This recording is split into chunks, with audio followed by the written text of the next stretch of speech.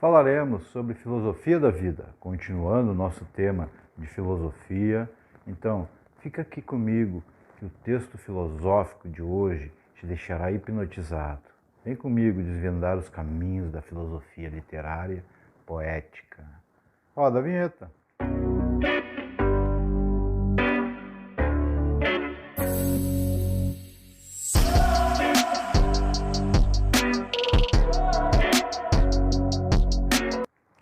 Sejam todos muito bem-vindos. Para quem não me conhece, eu sou o Fábio Rodrigues e hoje falaremos um pouco sobre filosofia com um texto do filósofo e escritor Dido Domingos. Nosso intuito aqui é fazer com que cada vez mais pessoas reflitam sobre todas as coisas que nos cercam. Não existe um certo e um errado na forma de pensar. Mas antes de começarmos, vou te dar uma dica interessantíssima. Te inscreve aqui no canal de Poesias e Luz, deixa aquele joinha legal. É muito importante que vocês ativem o sininho. Só assim você será notificado no momento que colocarmos um vídeo novo. Assim você vai ajudar a fortalecer o nosso canal. Vamos ao texto filosófico? Dando continuidade ao texto sobre a vida, neste universo confuso e sobretudo complexo, diante de tantas suposições e proposições, apresentado ao longo de tantos séculos, tentando desvendar em mistério de como ela surgiu. Tomemos como exemplo geral o próprio universo no qual estamos e fomos inseridos, sendo nós mesmos um universo dentro do universo. Este texto finalizará em breve, tentando trazer de modo mais compreensível a filosofia de vida, que se trata de uma expressão utilizada para descrever um conjunto de ideias, ou mesmo de atitudes que, queiramos ou não, fazem parte da vida de um indivíduo ou de um grupo social. A filosofia de vida podemos também definir como a conduta que norteia a forma de viver de uma pessoa. Esta expressão frequentemente tem sido usada sinonimamente com o estilo de vida. Voltemos à vida.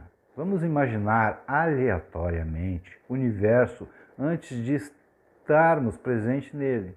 Sabemos, como já explicado, que infinitamente a maior parte do universo é inacessível a nós seres humanos e, por conseguinte, nossa limitação em desbravá-lo, para que, digamos assim, pudéssemos chegar de forma mais convincente à utópica origem da vida, se não como dito, a verossimilhança mais próximo da verdade e aceitável na odiernidade do universo é composto por inúmeros elementos, os quais temos estabelecidos graças ao Dmitri Ivanovich Mendeleev. Em meados do século XIX, através da tabela periódica dos elementos com seus potenciais 63 elementos conhecidos até então, atualmente a mesma é composta e organizada em ordem crescente por 118 elementos de número atômico. Destes 118 elementos catalogados na tabela periódica, 24 são artificiais, criados em laboratório. Por exemplo, o plutônio, usado para experimentos nucleares, 94 são de ocorrência natural, e desses 94 elementos, 10 são produtos do decaimento radioativo, fenômeno responsável pela radioatividade, a emissão da radiação nucleares, por núcleos instáveis de alguns elementos químicos pesados. Esse núcleo instável passa então pelo processo que chamamos de decaimento radioativo, emitindo radiação que nada mais é que o fenômeno da transformação de um átomo em outro por meio da emissão de radiação a partir de seu núcleo instável. O núcleo de um átomo é instável quando a combinação do número de prótons e do número de nêutrons em seu interior não confere estabilidade. Para entender bem esse universo, o estudo da química e da física são imprescindíveis. Os 4 elementos mais recentes da tabela periódica, o 113, o 115, o 117 e o 118, foram totalmente adicionados à tabela periódica com a aprovação de seus nomes e símbolos em 28 de novembro de 2016, informa a IUPAC. Como podemos ver, os cientistas têm feito isso ajudando a sistematização da mesma, de modo a organizar o conhecimento científico. Por aqui já percebemos que inúmeros outros gases, elementos desconhecidos existem e, portanto, muito distante de nosso conhecimento. Para ser mais sincero, impossíveis de serem alcançados. Contudo, eles devem ter suas funções no lugar onde se encontram.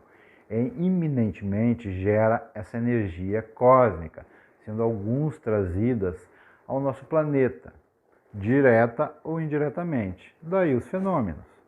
Isso porque não estou ainda me referindo aos elementos a serem descobertos no nosso planeta, no nosso solo, também inesgotável devido às limitações existentes à sua grandiosidade.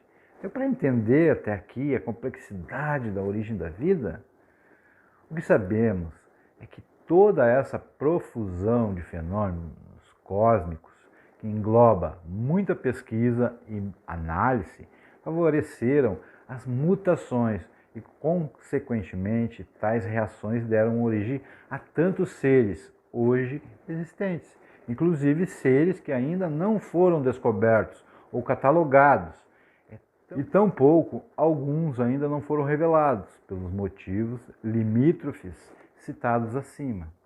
Vamos além. Se o Sol não existisse, seria possível vida? Como seria viver na escuridão, uma vez que não teríamos como enxergar?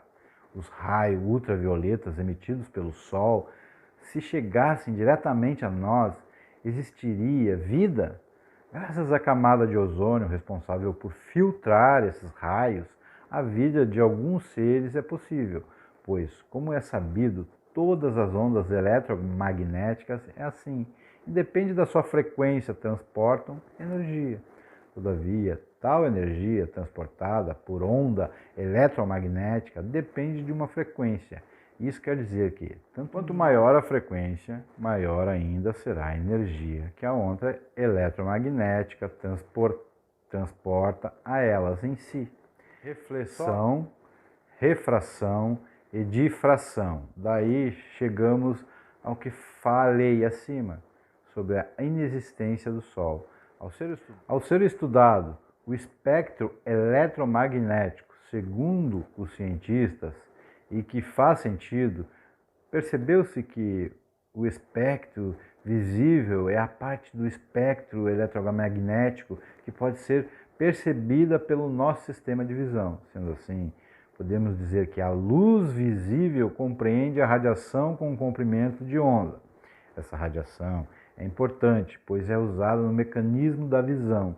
Em contrapartida, a radiação ultravioleta é definida como toda a radiação como um comprimento de onda menor, se tornando muito prejudicial aos seres vivos. Felizmente, a nossa atmosfera filtra a maior parte da radiação emitida pelo Sol, permitindo dessa forma a vida na Terra. A camada de ozônio, como dito anteriormente, é responsável pela absorção de tal radiação. Entretanto, os buracos existentes nela trazem grandes riscos a todos os seres vivos. Em estudos empíricos, os seres vivos podem suportar pequenas doses de radiação ultravioleta, uma vez que as células danificadas podem ser regeneradas. Existem alguns órgãos ao nosso organismo, os quais são responsáveis pela regeneração das células, de modo compensatório, mas isso fica para outra parte. Como vimos até agora, esse assunto é infindável, principalmente para filósofos e cientistas que questionam a cada evento idiosincraticamente, tentando chegar ao mais próximo do verossímil. Seria necessário um aprofundamento em biologia, química e na física, o que demanda também um entendimento mais aprofundado dessas ciências, com a finalidade de entendermos melhor todos esses processos, até chegar ao que temos hoje. Seria impossível falar da origem da vida sem perpassar por essas etapas científicas de suma importância. Dito Domingos. Sabemos que na filosofia não é um assunto muito fácil, mas aqui nosso filósofo, Dido Domingos, tenta colocar o mais didático possível para que todos entendam e possam interessar-se pelo conhecimento, pois tudo à nossa volta, exatamente tudo, existe um pouco de filosofia.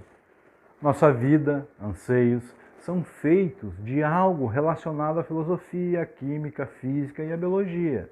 Precisamos refletir e pensar sobre a nossa vida, pois assim poderemos melhorarmos como seres humanos e sermos realmente humanos, deixando diferenças, pensamentos contrários de lado e chegarmos a um coletivo que seja bom para todos. Isso só será possível se aprendermos mais sobre nós mesmos. Como o próprio filósofo Dido Domingos disse, esse é um assunto infindável. Mas teremos novos capítulos deste assunto e continuaremos em novos vídeos. A cada 15, 20 dias teremos um vídeo com o Dido falando sobre filosofia e eu aqui comentando e conversando com vocês a esse respeito da filosofia, que abrange muitas coisas. E para que vocês não percam nada deste assunto, já te inscreve aqui, deixa aquele joinha legal, deixa o seu comentário aqui, diga para nós se você está gostando desse assunto de filosofia, que é muito importante esse feedback para que nós possamos continuar a cada vez estudar mais, melhorar mais, conversar com vocês, chamar vocês para a gente interagir juntos. É só assim que vale a pena nós estarmos aqui. Então, deixe teu comentário aí, diga o que você pensa sobre isso e se o que nós estamos falando faz sentido para vocês. Me despeço de vocês com o seguinte pensamento.